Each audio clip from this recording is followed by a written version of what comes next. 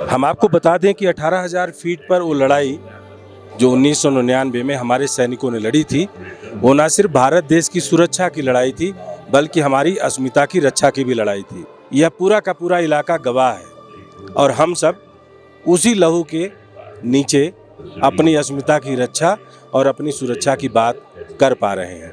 आपको दिखा दें कि अगर आप ये पीछे देखेंगे तो यह पूरा का पूरा इलाका टाइगर हिल का है। अगर आप बीच में आएंगे तो यह टोलोलिंग टॉप है और अगर आप और आगे जाएंगे तो आप बत्रा पॉइंट पाएंगे। दिल मांगे मोर वाला जो नारा विक्रम बत्रा ने दिया था, वो यहीं से दिया था कि आपका जो अपना जो इस पूरे शहादत में अपने बलिदान को दिया था, भारत उसको पूरी तरीके से देख और समझ रहा है। भारत का तो पता नहीं, लेकिन हमें बहुत फख्र है कैसी फैमिली से जो गया। तो देखो संघर्ष की जिंदगी है, बच्चे बड़े हो गए, 7 साल का बेटा था अब जवान हो गया। इस जगह की तो मुझे तो बहुत तमन्ना थी, नहीं बहुत फख्र की बात है। हम कहीं खड़े हुए थे, कहते शहीद की फैमिली से आए तो अच्छा लगता है। इतना कुछ कर गए, पीछे भी नाम छोड़ के चले गए। जब तक हिंदुस्तान रहेगा नाम रहेगा। आपकी उम्र तब कितनी थी? 7 महीने थी। 7 महीने। अच्छा है शहादत होना। देखो जाना सबको एक दिन इस दुनिया से, लेकिन एक नाम करके जाए वो सबसे बड़ी बात है। कैसा लगता है राजपाल सिंह जी जब पिताजी को याद करते हैं तो पहली लाइन क्या याद आती है आपको? जो खो चुका है उसी को महसूस होगा, बताने से कुछ नहीं होगा। युद्ध स्थिति शुरू होती है तब यहाँ के लोगों ने, ओद्रास में हो कहीं भी हो, यहाँ के लोग आर्मी वालों के साथ खड़ा रहना चाहिए, सभी लोगों ने।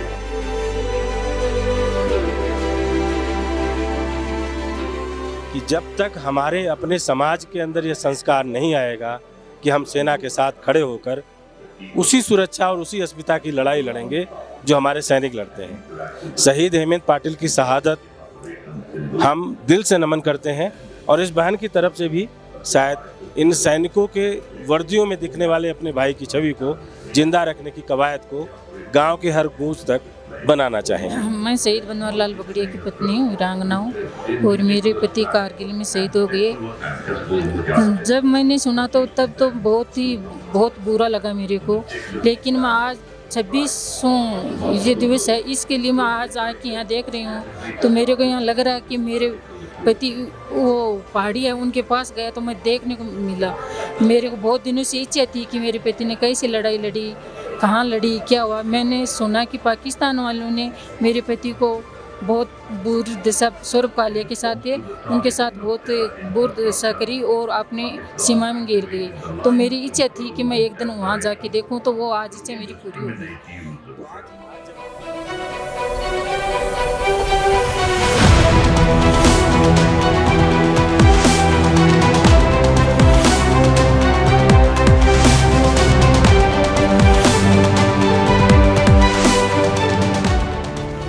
मई 1999 कारगिल सेक्टर के कस्कर में पोर्ट जहां से लेफ्टिनेंट सौरभ कालिया के अगुवाई में निकली पेट्रोलिंग पार्टी जब बजरंग चौकी पर पहुंची तो वो ये देखकर हैरान रह गए कि पाकिस्तान आर्मी के सैनिक हथियारों से लैस वहां तैनात थे, जिन्होंने इस पेट्रोल को एम्बुश किया, जिसमें लेफ्टिनेंट सौरभ कालिया और उनके 5 साथियों ने भारत माता के कदमों में सर्वोच्च बलिदान दिया और यहीं से कारगिल युद्ध की शुरुआत। हम आपको बता दें कि 18,000 फीट पर वो लड़ाई जो 1999 में हमारे सैनिकों ने लड़ी थी, वो न सिर्फ भारत देश की सुरक्षा की लड़ाई थी, बल्कि हमारी अस्मिता की रक्षा की भी लड़ाई थी। हमारे जवानों ने जो शहादत दी, हम आज भले उसको अपने संस्कार और परवरिश में ना ले रहे हों, लेकिन हमें उसको संस्कार बनाने की ज़रूरत है। वरना अगर देशभक्ति का यही टोन गांव समाज में है, जहां हमारे सैनिकों की शहादत को लोग भूल रहे हैं, तो उसको रीसेट करने की ज़रूरत है। उसको आज रीसेट करने की कवायद हमारी सेना लामाचौन से कर रही है। पीछे की पूरी यह टेरेन, ये जो भौगोलिक स्थिति है, यह बताने के लिए काफ़ी है कि हमारी सैनिकों ने किस अदम्य साहस का परिचय देते हुए और कितनी तगड़ी लड़ाई लड़ी होगी। उनके हर एक लहू की बूंद का यह पूरा का पूरा इलाका गवाह है और हम सब उसी लहू के नीचे अपनी अस्मिता की रक्षा और अपनी सुरक्षा की बात कर पा रहे हैं। आपको दिखा दें कि अगर आप ये पीछे देखेंगे तो यह पूरा का पूरा इलाका टाइगर हिल का है। अगर आप बीच में आएंगे तो यह टोलोलिंग टॉप है, और अगर आप और आगे जाएंगे तो आप बत्रा पॉइंट पाएंगे। दिल मांगे मोर वाला जो नारा विक्रम बत्रा ने दिया था वो यहीं से दिया था। इस पूरे के पूरे सीधी चढ़ाई पहाड़ियों को देखते हुए आप समझ सकते हैं कि इन ऊंचाई पर बैठे हुए दुश्मनों का और उनके अपने निशाने पर हमारे अपने सैनिकों का होना कैसा रहा होगा। सर्द हवाएं और ऊपर से 0 डिग्री से नीचे का टेम्परेचर, और यह लड़ाई एक साजिश जो पाकिस्तानी सैनिकों और आतंकियों के साथ मिलकर पाकिस्तान की सेना ने रची थी, जिसको हमारे हिंदुस्तान के जवानों ने मुंहतोड़ जवाब दिया था। आज कारगिल विजय दिवस के एक दिन पहले का यह पूरा का पूरा दृश्य इस बात और इस जज्बे को याद दिलाने के लिए काफ़ी है कि अभी भी भारत के हर एक नागरिक के अंदर हमारे सैनिकों के बलिदान और उनकी शहादत का पूरा इतिहास दिल में बैठा है, और हम दिल से और दिमाग से अपने सैनिकों के अदम्य साहस और उनके साहस को हमेशा सलाम करते हैं। 1999 कारगिल युद्ध 18,000 फीट की ऊंचाई पर लड़ा गया वह युद्ध जो भारत की सुरक्षा, सैनिकों के अदम्य साहस और हमारी अस्मिता की रक्षा के लिए शहादत और बलिदान का इतिहास रच गया। हमारे बीच में शहीद नायक जुबैर अहमद के परिवार से लोग हैं, उनसे बात करेंगे और समझने की कोशिश करेंगे कि वो जो त्याग था उस दिन, उसका आज इनके लिए क्या मायने रखता है। आज इतने दिनों बाद जब आप यहाँ बैठे हैं तो लगता है कि आपका जो अपना जो इस पूरे शहादत में अपने बलिदान को दिया था, भारत उसको पूरी तरीके से देख और समझ रहा है। भारत का तो पता नहीं, लेकिन हमें बहुत फख्र है कैसी फैमिली से। सरकार ने तो उस टाइम करा जो भी करा, लेकिन अब तक भी सुविधा हमें नहीं मिली। मतलब जो कमिटमेंट उस समय किए गए थे वो नहीं आए। लेकिन तो कैसा लगता है कि बलिदान जो गया? तो देखो संघर्ष की ज़िंदगी है। बच्चे बड़े हो गए, 7 साल का बेटा था अब जवान हो गया।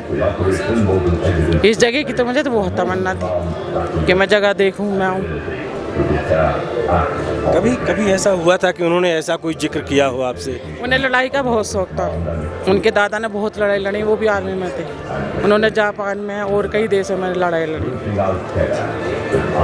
और वो छुट्टी छोड़ कर ही आए थे लड़ने के लिए। जब आप एक तरफ अनदेखेपन का शिकार देखती हैं और एक तरफ आप उन लोगों को देखती हैं जो आपको देखने के बाद फक्र से गौरव महसूस करते हैं कि आपकी वजह से यह देश सुरक्षित है, तो कैसा लगता है?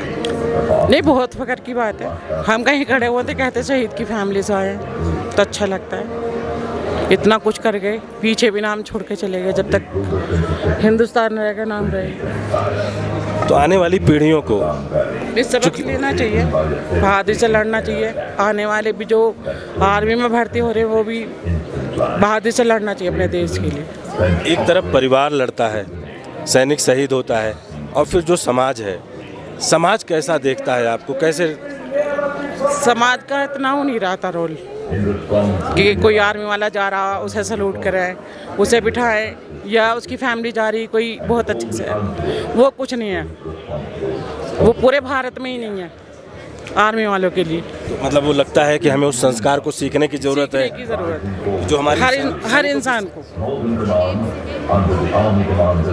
आज जब आपका बच्चा बड़ा है, बच्चे के साथ आप हैं हमारे ख्याल से, तो कैसा महसूस कर रहे हैं कि उनके पिता का बलिदान और बच्चे के अब तो फख्र है, मेरे लिए सहारा बन गया, बाप की जगह आ गया।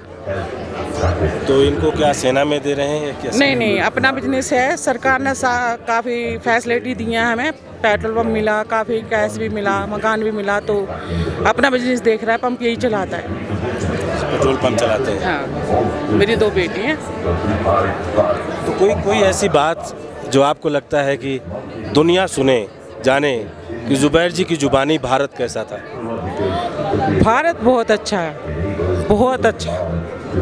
जितनी हम अपने भारत की तारीफ करें उतना अच्छा है।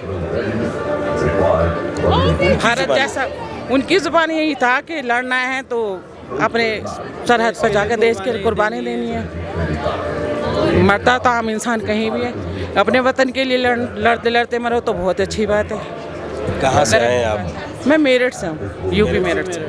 देखिए, बड़ी अच्छी बात है ये, सौभाग्य कहें या यूँ कहें कि इतिहास बार बार दोहराता है कि एक मंगल पांडे ने भारत की आज़ादी के लिए किया और एक जुबैर ने उस शहादत को दे करके हमारी अस्मिता और सुरक्षा को बचाने के लिए किया। तो जब दोनों की बात करें, चूँकि आज माहौल बदल रहा है, बिल्कुल तो इस बदले हुए माहौल में कैसे देखते हैं कि मंगल पांडे की ज़मीन और जुबैर की शहादत? ये दोनों सेम ही है, शहादत तो शहादत है, फ़ख्र है उस चीज़ पे। अच्छा लगता है, अच्छी बात है, सबको ऐसे करना चाहिए।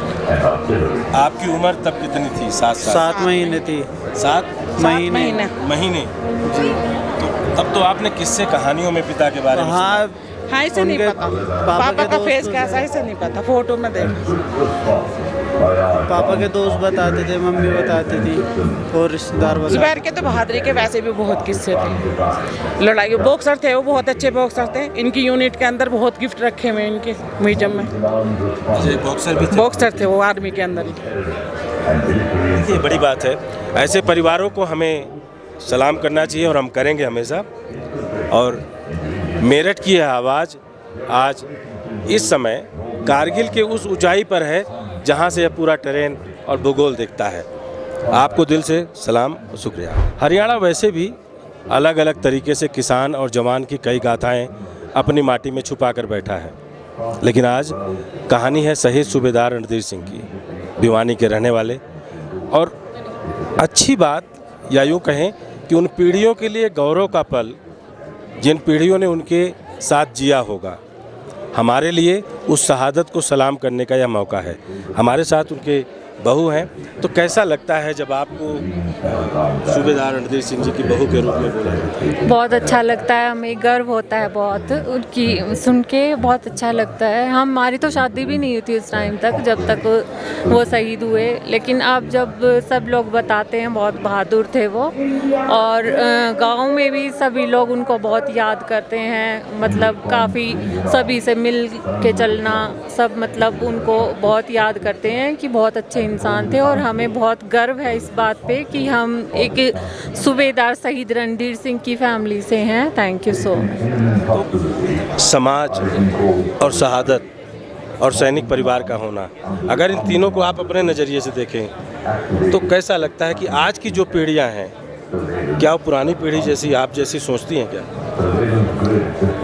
इसके बारे में तो मुझे क्या बोलूँ मैं, क्या फिर से एक बार मेरे को फिर से सवाल। जो आज की पीढ़ी है, नए बच्चे हैं, हाँ जी, क्या उनको लगता है कि शहादत कैसी होती होगी, उसका मोल समझते हैं? कुछ समझते हैं, जैसे हमारे बच्चे हैं वो समझते हैं, जैसे सुनते हैं, बार बार आते हैं हम कारगिल फैमिली में, जैसे शहीद जो फैमिलीज़ हैं वो इकट्ठा होती हैं, तो उस टाइम पे बच्चों को पता लगता है कि मतलब क्या है शहादत और कितना नाम होता है अगर कोई भी शहीद होता है फैमिली में से। तो जैसे हमारे बच्चे भी आज के दिन सोचते हैं कि हम भी आर्मी में जाएं और एक ऑफिसर रैंक पे हों, तो कोशिश कर रहे हैं हम भी कि वापस आएँ हमारे भी बच्चे, तो वो भी काफ़ी समझते हैं कि हाँ अच्छा है शहादत होना। देखो, जाना सबको है एक दिन इस दुनिया से, लेकिन एक नाम करके जाए वो सबसे बड़ी बात है। शहादत को जब यहाँ आप आते हैं, सेना के बीच में फिर से पाते हैं अपने आप को, तो लगता है कि जो सूबेदार रणधीर सिंह जी की शहादत थी उसको हमारी सेना सहेज रही है, बचा रही है उसको, सुरक्षित कर रही है उसको। हाँ, सुरक्षित कर रही है, कुछ चीज़ों पे है, लेकिन हम जुड़े हुए हैं यहाँ पे आके, हमें फील होता है कि हाँ हम जुड़े हुए हैं। लेकिन अगर हम आर्मी के, अगर हम दूर हैं तो फिर तो थोड़ा सा डिस्टेंस होता ही है। बात करते हैं, चूँकि जब इनकी शादी नहीं हुई थी तब इन्होंने अपने ससुर साहब के बारे में अब किस्से कहानियों में सुना होगा, लेकिन हमारे सामने उनके बेटे हैं जिनको शायद पता होगा कि पिता खोने का दर्द क्या होता है और पिता की शहादत का दम्भ क्या होता है। तो सबसे पहले अपना नाम बताएं। राजपाल सिंह जी। तो कैसा लगता है राजपाल सिंह जी, जब पिताजी को याद करते हैं तो पहली लाइन क्या याद आती है आपको? जो खो चुका है उसी को महसूस होगा, बताने से कुछ नहीं होगा, जिसने खोया है उसको पता है वो। कोई ऐसी बात जो पिता की कर सकते इस चीज़ को शब्दों में बयान नहीं कर सकते क्या खोया है। पिता की कोई ऐसी बात जो आपको याद हो, जो अक्सर बोलते हैं? अब क्या बताऊं, क्या क्या बताऊं, काफ़ी बातें हैं। कोई एक बात जो आपको लगे कि इतिहास को फिर से दोहराने वाली बात हो? बस इतना, तो उस टाइम बच्चे थे, ज़्यादा कुछ। क्या उम्र थी आपकी उस समय? 13-14 साल। 14 साल। 14 साल की उम्र में जब पिताजी की शहादत और आज की उसी उम्र के बच्चों को जब आप देखते हैं, तो क्या लगता है कि हमारे सैनिकों के प्रति सम्मान बहुत ज़्यादा नज़र में है? बहुत ज़्यादा है, बहुत ज़्यादा है। उस टाइम पे इतने अवेयर नहीं थे, इतने संसाधन नहीं थे, मीडिया नहीं था, ना अखबार न्यूज़ वगैरह कुछ बहुत कम, रेयर होता था। रेडियो पे ही खबर सुनते थे या न्यूज़पेपर में भी वो कम ही आते थे। तो अभी आप क्या करते हैं? अभी गवर्नमेंट जॉब करते हैं। तो सेना के बारे में कभी सोचते हैं? हाँ बिल्कुल सोचते हैं, आते रहते हैं, हर फंक्शन में, हर प्रोग्राम में आते हैं। जब यहाँ आते हैं तो कैसा लगता है? पुरानी जो है लाइफ जिंदा हो जाती है दोबारा से, याद करते रहते हैं माँ बाप को। बहुत शुक्रिया। परिवार हमेशा अपनों को खोने का दर्द अपने अंदर समेटता है, लेकिन उसका जो गौरव होता है उसको भी अंदर समेट करके वो आगे बढ़ने की कोशिश करता है। यह शहीद सूबेदार रणवीर सिंह जी के बेटे, लेकिन इनको पता है कि यहाँ आने का मकसद ऐसा लगता है जैसे अपने पिता से दोबारा रूबरू हो रहे हैं। जय हिंद, जय भारत। यह समय कितना अलग तरीके से होगा अगर आप उस शहादत के समय को आज के समय से जोड़ें। हमारे बीच में हेमेंद्र पाटिल, जिन्होंने इस देश की अस्मिता की रक्षा के लिए अपना सर्वस्व न्यौछावर कर दिया, उनकी बहन है।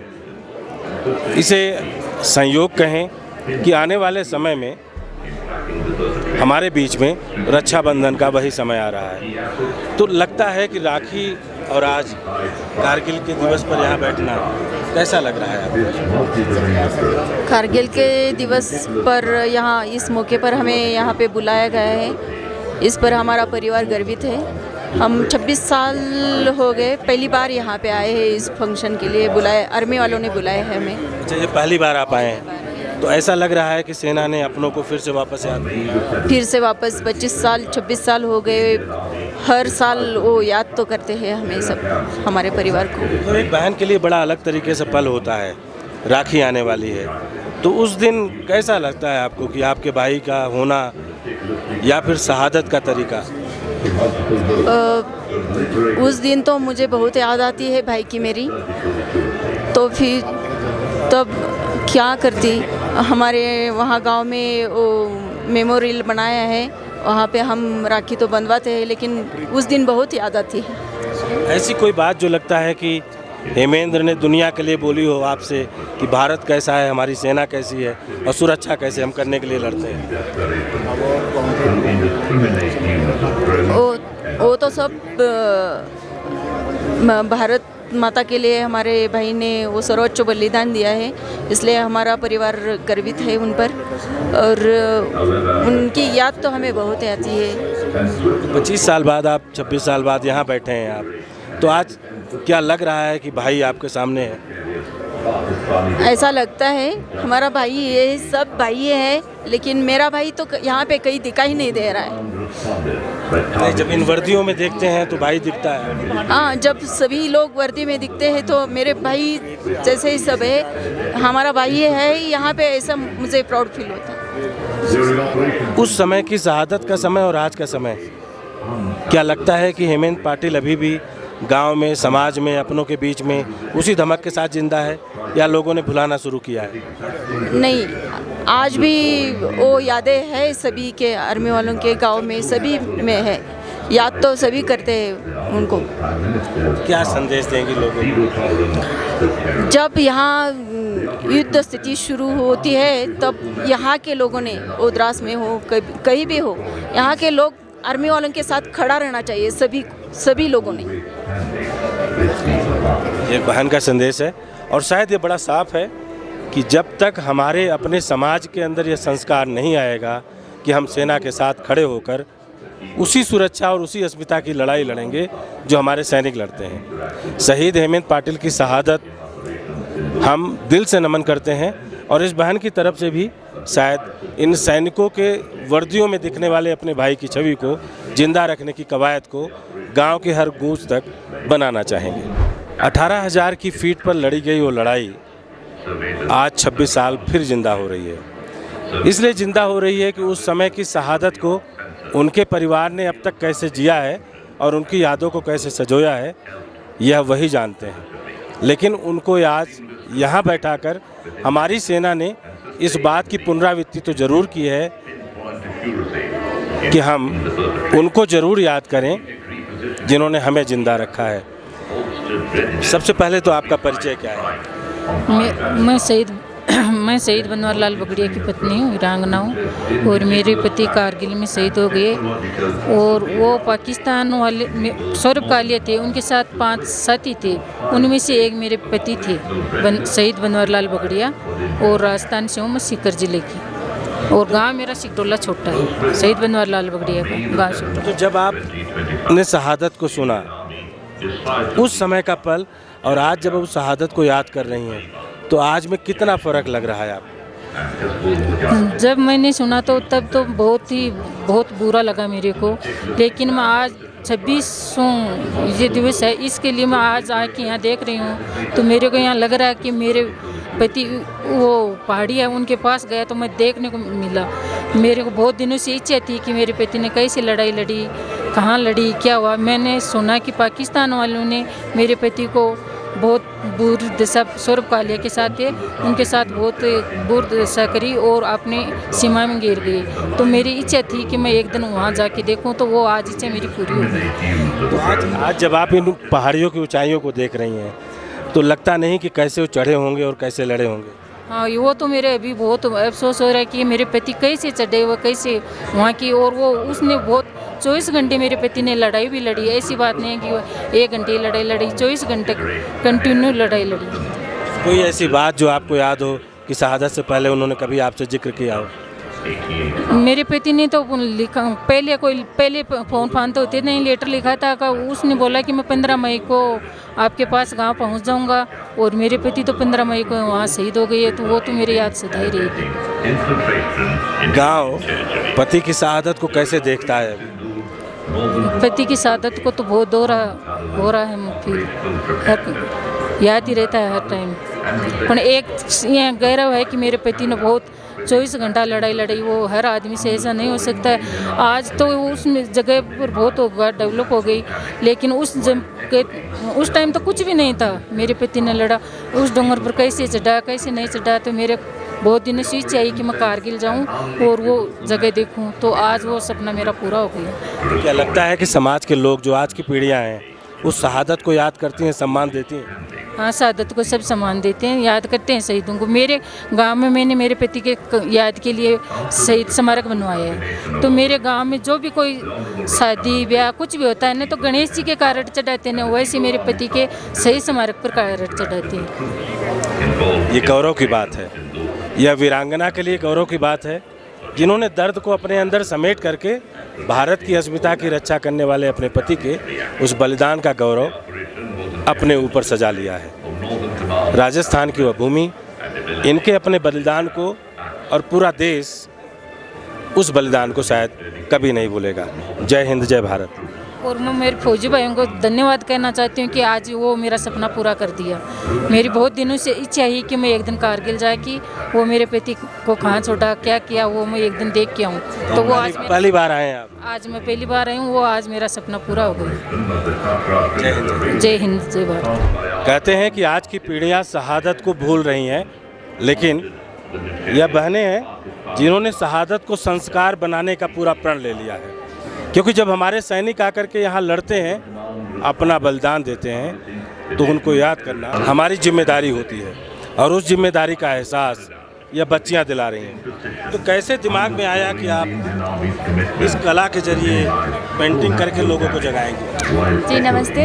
सबसे पहले मेरा नाम ज़ैबुन्निसा है और मैं टीम स्ट्रिंगो की जनरल सेक्रेटरी हूँ। टीम स्ट्रिंगो हमारे कारगिल में एक लड़कियों का एक ग्रुप है जिसमें वो पेंटिंग्स करते हैं और हमने इंडियन आर्मी के साथ भी बहुत सारे प्रोजेक्ट्स किए हैं और इंडियन आर्मी ने हमें बहुत ही ज़्यादा सपोर्ट किया है। हम चाहते हैं कि आगे भी उनका सपोर्ट बना रहे और आज के इस विजय दिवस के मौके पर हम यहाँ पे हमारे शहीदों को श्रद्धांजलि देने आए हैं सर। जब आप पेंटिंग बनाते हो आप लोग तो लगता क्या है, क्या सोचते हो उस समय दिमाग में? पेंटिंग बनाते समय बस जो हमारे दिमाग में आता है हम अपनी जो इमेजिनेशंस है उसको पेपर पे या कैनवस पे दिखाने की हम कोशिश करते हैं। तो कैसा था कारगिल में युद्ध हुआ, लड़ाई हुई, उस दौरान कैसा गुजरा होगा लोगों को? सबसे पहले मेरा नाम सिद्दीक़ा बानो है और मैं टीम स्ट्रिंगो की एक मेंबर हूँ। तो मैं जब हम पेंटिंग करते हैं हमने सबसे बड़ा कारगिल का आर्मी मतलब लॉन्ग पेंटिंग किया है जिसका नाम कारगिल कैलेडोस्कोप है। उसको बनाते समय हम अपने मतलब पेरेंट्स से पूछते थे, हमारे दादा लोगों से, हमारे पापा लोगों से कि कैसे हुआ था युद्ध, कैसा हुआ था, वार कैसे हुआ था और इस टाइम पे आप लोगों ने क्या किया था। क्योंकि तब हम तो नहीं थे, हमारे पेरेंट्स थे, तो वो लोग बोलते थे कि ऐसे बिन मतलब अचानक से बॉम्ब आ गए थे, फिर हम सब लोग यहाँ से भाग के सुरू साइड में भाग गए थे, ऐसे बोलते थे। तो हम ऐसे इमेजिन करते थे कि ऐसा हुआ होगा, फिर इस जगह पे ऐसा आया होगा, फिर यहाँ से लोग भाग के किसी और जगह पे चले गए, फिर हमारे वीर शहीदों ने, वीर सेनानियों ने हमें इस तरह से बचा के प्रोटेक्ट करके हमें अपना ज़मीन हमें रखा और हम सबको इस तरह से बचा के रखा कि मतलब कुछ तो लोग शहीद हो गए लेकिन ज़्यादातर लोग सेफ़ रहे। उन सबको हम इमेजिन करते हैं और उनको हम अपने कैनवसेस पे और अपने बोर्ड्स पे और अपने पेपर्स पे उतारने की कोशिश करते हैं। आज जब आप सेना को देखती हैं, सेना के प्रयास को, मदद को देखती हैं, तो कैसा लगता है कि हमारी सेना द्रास इलाके को या कारगिल को कितना आगे बढ़ाने में मदद कर रही है? मैं बहुत गर्व फील करती हूँ कि मैं इस इंडियन आर्मी के अंडर हूँ और यहाँ पे हम बहुत सेफ़ और प्राउड फील करते हैं कि हम इंडियन आर्मी के अंडर है। क्योंकि इंडियन आर्मी के वजह से ही कारगिल में और मतलब बोला जाए लद्दाख में एम्पावरमेंट और मतलब क्या बोला जाए मतलब वो सेफ़ लग रहा है लद्दाख में बैठना। और यहाँ जितनी भी एम्पावरमेंट सड़कें, जो भी एयरप्लेन, हेलीकॉप्टर्स जो भी आते हैं वो सिर्फ इंडियन आर्मी के थ्रू ही आता है। तो हमें बहुत प्राउड फील होता है और हम इंडियन आर्मी का धन्यवाद करना चाहेंगे कि उन्होंने हमें ये मौका दिया कि हमें विजय दिवस पे आए और हमारे वीर सेनानियों को, वीर शहीदों को श्रद्धांजलि दें। तब आप पैदा हुई थी उस समय? नहीं, वॉर के टाइम पे तो हम नहीं थे। हमारे पेरेंट्स थे तो हम उनसे पूछते हैं कि कैसे हुए थे ये सब। तो साथ का कोई बच्चा आपको चिढ़ाता नहीं कि आप लोग क्या करते? नहीं, जब बाहर से जो भी टूरिस्ट आ रहे हैं और या कोई और आते हैं तो उन लोगों ने वो लोग बोलते हैं कि कारगिल में वॉर हुआ था, ऐसा हुआ था। और वो लोग अभी भी सोचते हैं कि ये एक वॉर जोन है, लेकिन ये बहुत सेफ जगह है क्योंकि यहाँ इंडियन आर्मी है। इन बच्चों की भावना और इनके कैनवास पर उकरी हुई हर एक जो मुहिम है वो बिल्कुल अलग है और यही शायद हमारी भारतीय सेना का गौरव है और भारतीय सेना के साथ आगे बढ़ने की पूरी अपनी पद्धति को भी जवाब देता है। इस समय हम कारगिल को निहारने वाले उस पॉइंट पर खड़े हैं जहां से देखकर यह पता चलता है कि हमारे सैनिकों की शहादत किस अदम्य साहस और गौरव का प्रतीक थी। उनका हर एक कतरा कहीं न कहीं इन पहाड़ियों पर, इस ट्रेन में बिखरा पड़ा है, जो बताता है कि हिंदुस्तान की सरहदों को हमारे सैनिकों के लहू ने मजबूत किया है। कुछ ऐसे लोग हैं जो उस शहादत को बार बार याद कर रहे हैं। ऐसे ही एक हमारे साथी हैं बीच में, तो इनसे बात करेंगे, परिचय पूछेंगे और फिर जानने समझने का प्रयास करेंगे कि आखिर इनकी दुनिया में उन शहीदों का क्या स्थान है। आपका नाम क्या है? सबसे पहले जय हिंद, सलाम, नमस्ते। मेरा नाम सज्जाद बॉब है। बॉब मेरा जो है एलियस नेम है। और सभी देशवासियों को आज के इस पवित्र अवसर पे मैं मुबारकबाद पेश करता हूं और साथ ही साथ उन सभी शहदाओं को मैं अपना श्रद्धांजलि अर्पित करता हूं। तो सर, मैं प्रोफेशन से एक अध्यापक हूं और समाज में बदलाव लाने की कोशिश कर रहा हूं। आज हमारे यहाँ जो टीम है, आप जो बच्चियों की टीम देख रहे हो, ये आए हैं। तो एक्चुअली ये कि पेंटिंग के ज़रिए ये हमारे उन कारगिल के वीर शहीदों को या देश के किसी भी लड़ाई में लड़े हमारे वीर सैनिकों को अपने पेंटिंग के ज़रिए श्रद्धांजलि अर्पित करने आए हैं सर। तो हम ये मैसेज पूरे देश को पहुंचाना चाहते हैं कि हमारे इन वीर शहीदों ने अपनी जान की बलिदान देकर हमारी रक्षा की, जिनके बदौलत आज मैं और आप यहाँ पे खड़े हैं। तो उनके कुर्बानी को हम कभी भूल ना पाए। तो हम चाहते हैं कि हमारी जो पेंटिंग है वो सदा अमर रहे, उनके लिए अर्पित, पूरे देशवासियों के लिए, उन सभी माँओं के लिए, उन बहनों के लिए या उन बेटियों के लिए जिसने अपना बेटा, पति या भाई खोया हो। तो बस यही है सर हमारे। बॉब जी की यह उम्मीद हमारे सैनिकों की शहादत के साथ साथ भारत को एक संस्कार देने की और एक सीख देने की ज़रूर कोशिश करेगी, जहां हम उनके बलिदान को रोज़ नमन करें। बहुत बहुत धन्यवाद।